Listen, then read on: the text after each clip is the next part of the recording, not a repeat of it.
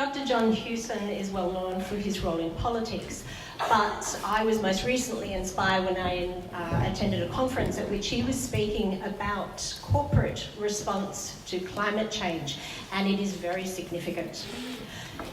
Here he is to tell us more about it. John is an economic and financial expert with expertise in academia, business, government, media and the financial system. He's worked as an economist for the Australian Treasury, the Reserve Bank, the International Monetary Fund, and as an advisor to 2 successive federal treasurers and the Prime Minister. In February 2014, Dr. Hewson joined the Australian National University as a professor and chair of Tax and Transfer Policy Institute. Would you welcome him, please?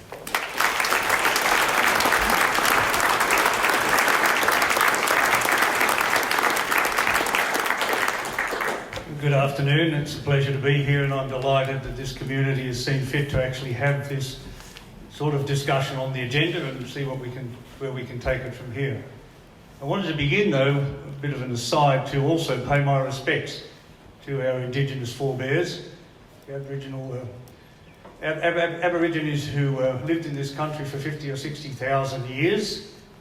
And I would say that while climate is a very significant challenge, so is the proper recognition of our Aboriginal heritage.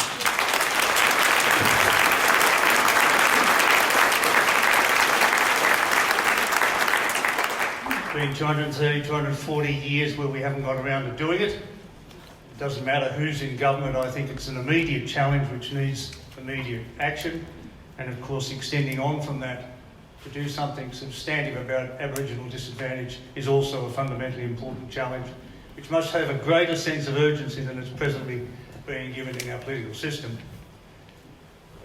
Turning to climate, there are so many aspects of this issue that one can talk about. I feel a bit like a mosquito in a nudist colony.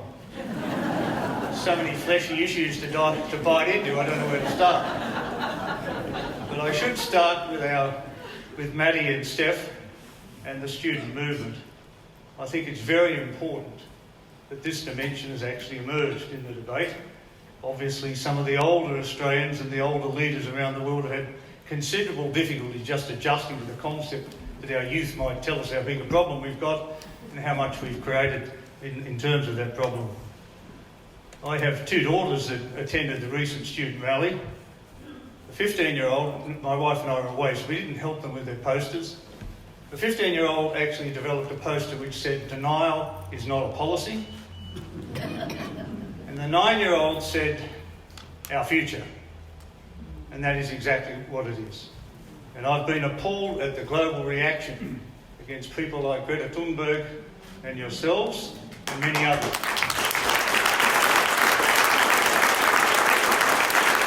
It is absolutely embarrassing, should be embarrassing, that when our youth start acting as adults, our adults start acting as children. You get some of the most ridiculous responses, as we've seen from Trump down in terms of that. But congratulations on the contribution you're making and the momentum you're building. I don't think the world can continue to just shoot the messenger. I think they have to start to listen to the message. In terms of climate emergency, it obviously is an emergency, and Ian has never been one to be understated, but he makes the point very clearly as to how big an emergency the globe is presently facing with the climate issue. And it is appalling to me in this country that we, despite our enormous contribution to the magnitude of that issue, still turn a blind eye, and the governments operate with a tin ear when it comes to the detail of the issue. A few months ago, I joined with the independents in the lower house at a press conference to introduce legislation into the Parliament to call for a climate emergency, to recognise that we face a climate emergency. Of course, that was pretty universally condemned by just about all the politicians in the place. But look, it's important that at a very basic level, we get them all on record. I mean, I'd like to see that to be a conscience vote on climate, so that every single one of them, when they go back to their electorates, would be accountable for the position they've taken.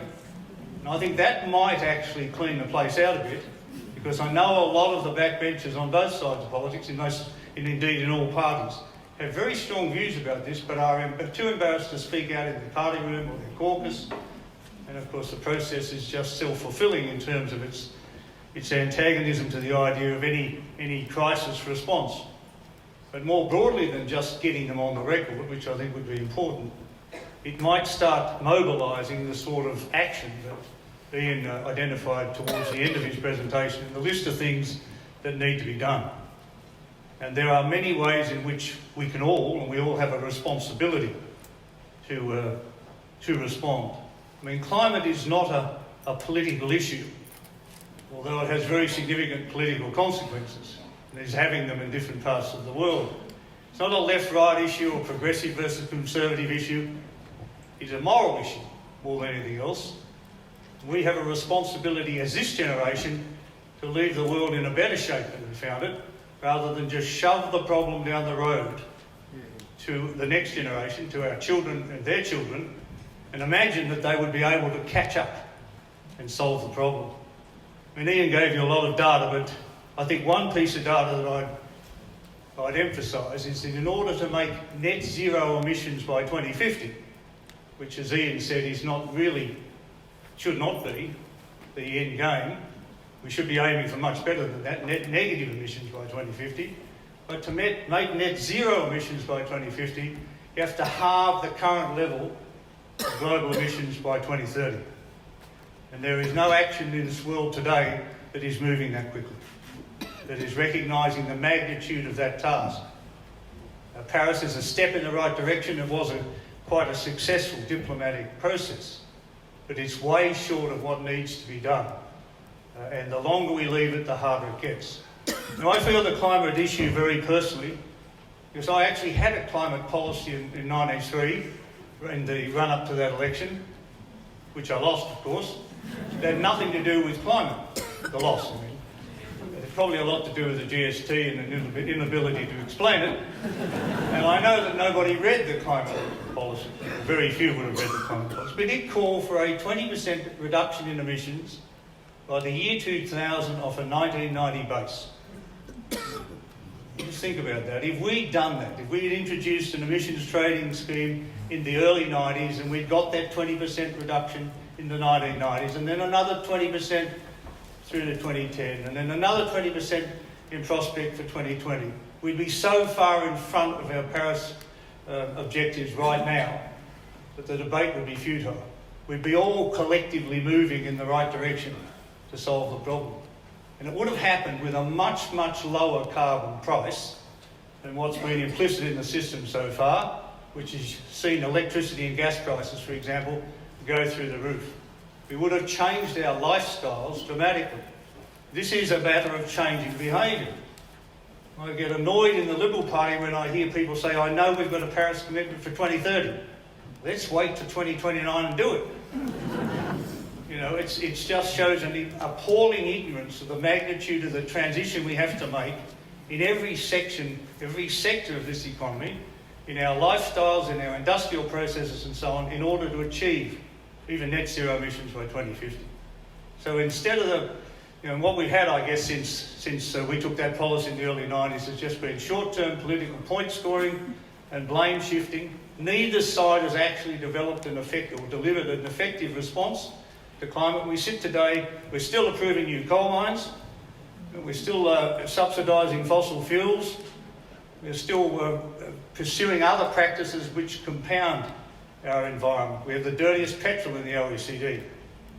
We continue to burn it and pump out the particular emissions which actually kill more people than the road toll. And we don't pay any attention to those sort of alarming numbers. We have made no net progress in terms of making the adjustment that's required. And I'm personally embarrassed because the opportunities have been there.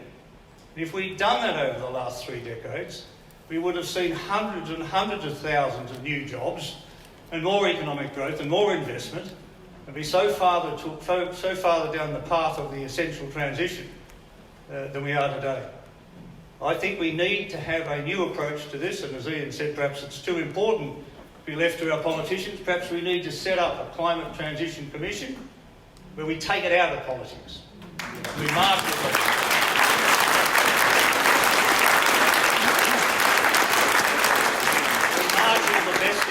best expertise, identify the transitions that are required sector by sector, not just electricity, which has been a focal point for most of the debate in this country, but in transport, which is about as much as about the third of the emissions, and in agriculture, and in buildings, and in industrial processes and so on. In every sector, we should be able to outline a plan through for the next several decades to say get to net zero emissions or better by 2050. And that won't be done in government the way it's running today. And perhaps we've got to mount a movement to take it out of politics and try and move the debate forward. And, you know, all the time I hear in the Liberal Party, oh, this is a negative. You know, it's going to cost us jobs, it's going to cost us growth. That's nonsense. In the application of our natural resources, we have the best wind and solar resources in the world. We have the technologies to capitalise on them. We can make a transition to electric vehicles, autonomous vehicles relatively quickly. People say, oh, it can't happen, it won't happen for years, we've got all these charging stations, whatever, we have this and that. Think about it. The US made a transition from horse-drawn vehicles to petrol-driven vehicles in just 10 years. From 1903 to 1913, they made that transition. And with technology and experience today, we could make the transition even faster. But what do we hear in politics? Bill Shorten had an objective for electric vehicles, I can't remember the detail, by 2025. Morrison's response was, oh, he's going to steal your ute. He's going to take your weekend. Yet the opportunity that's there is very real. We have an enormous, as I say, we have the resources.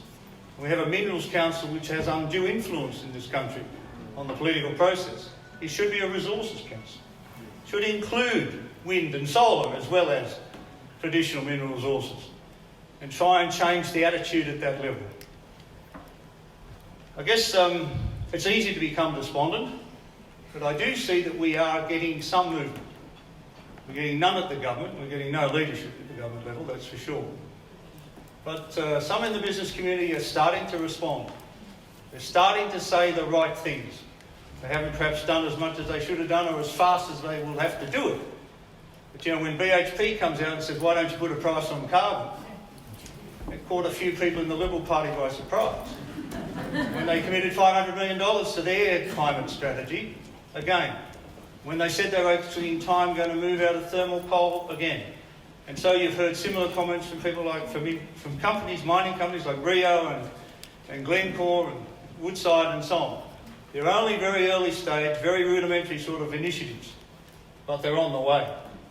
And what do we get in terms of the political response? As Ian pointed out, we're only 1.3% of global emissions. That's, of course, not counting the fact that we are the second largest exporter of fossil fuels in the world in terms of coal and LNG. We have a significant impact. We're one of the top 5 emitters in the world. And this is not a problem that's true that any one country is going to solve. CO2 doesn't recognise geographic boundaries. It requires a collective response. But we have the opportunity to play a leadership role in this country. And we haven't done it. We should have, and we haven't done it. We did it once or twice. We were the first country in the world, for example, to ban incandescent light bulbs. Forced you to make a transition to those energy-efficient light bulbs. And the early ones of those were pretty awful, weren't they? But we did it. And globally, that's said to have saved something like 10% of global emissions by just that transition. That's about the only leadership role I can see we play. Because on the day that Theresa May, the final, I think, initiative as Prime Minister of the UK, declared a climate emergency, we gave the final approval to Adani.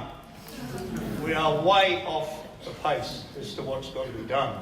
And if you think about how significant that is in the UK, I can remember the mining strikes of the Thatcher era, very divisive and painful disruption and strikes, driven by the coal mining industry. And today, they've basically moved out of coal. That is a transition which has been done with bipartisan political support.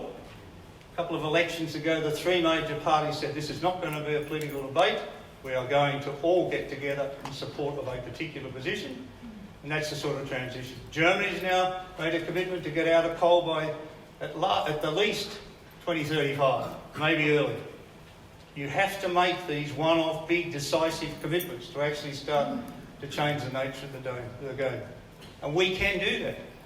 At the same time, though, we can capitalise on what we've got. The solar and wind resources we've got in this country. You've probably heard of a proposal last week by a couple of billionaires, Cannon Brooks and Twiggy Forrest, committing to establish the world's largest solar farm in the Northern Territory and to export that power to Singapore. These are realistic possibilities for the country. And everyone said, oh no, but you can't, you're going to destroy the coal mining. What are you going to do with all these coal miners and their coal mining jobs? You know, there are about 12,000 members of the CFMEU in the coal industry. 12,000 out of about 25 million. Surely we can handle that transition as a country. Surely we can give them jobs and transition and relocation and so on. Some of the coal mining union leaders have actually said that. They're not against the transition. They just like to know how it's going to be managed. But we don't do that. We just close Hazelwood or we close Northern Power Station in South Australia without any transition. And those local communities just get a king hit. And, you know, in the Hazelwood case, it was about 12% of the power generated in Victoria. King hit for that local community. So the opportunities are very real for us to do more. We just need to plan it. We need to manage it. That's why I think an independent commission outside government is fundamentally important, to actually take this issue away from government and drive the public debate and the public research and the transition strategies sector by sector, so we actually get on and do the job. And it can't be that painful to make some of these decisions. I know, okay, I failed in politics. Why would I suggest that they do anything that might cost them a vote? But I would suggest that if they actually did something, they'd probably win a lot of votes. They'd win a lot of support. I tried to run that argument in the Wentworth by-election. I said if a good independent candidate runs on the issue of climate in my old seat, they can win that seat. Turnbull had a 17.5% margin. They laughed. Said it's impossible. Kieran Phelps won. And although they won it back in the last election, there's still a 17% swing against the margin that Malcolm Turnbull had when he was leader. Climate is a very big issue. It may not have determined the outcome of that seat and other seats, but it was a big issue in that election campaign. To stick your head in the sand and ignore the fact that that's the case, I think is really grossly irresponsible. And that's in fact what we've seen this government do. I think what we've got to do is get to the stage where we just stop talking about how difficult it's going to be and start looking at the upside, the possibilities. I mean, a lot of households in this country, the highest in the world, have gone to putting solar panels on their roofs for all sorts of reasons. We are a world leader in that. We are seeing a lot of community-based solar projects and wind projects now being developed where local communities are trying to put together their own source of power generation. The transition is going to happen faster in some sectors than they imagine. I think coal-fired power stations will be closed earlier by a commercial decision. I think you'll see the introduction of electric vehicles much faster than anyone thinks. You know, as soon as you get a $30,000 or $50,000 electric car, most people are going to have one. It's going to be a fad. Right now, when the Tesla is as expensive as it is, it hasn't. You know, people haven't rushed to it, and they haven't been able to meet even that minimal demand. But don't imagine that when Toyota and Mercedes and BMW and so on actually make the commitment to a low-priced, mass-produced vehicle, people just don't take it up. And the transition will be much faster than people imagine. And that's our opportunity as a country. Just finished with one story. I don't know whether you saw that famous photograph of Trump and Putin leaving the Helsinki summit. Great mates, you know, chatting to each other, almost arms around each other. But what wasn't reported was that Putin apparently said to Trump, Donald J. Trump. What's the J for? And Donald said, genius. We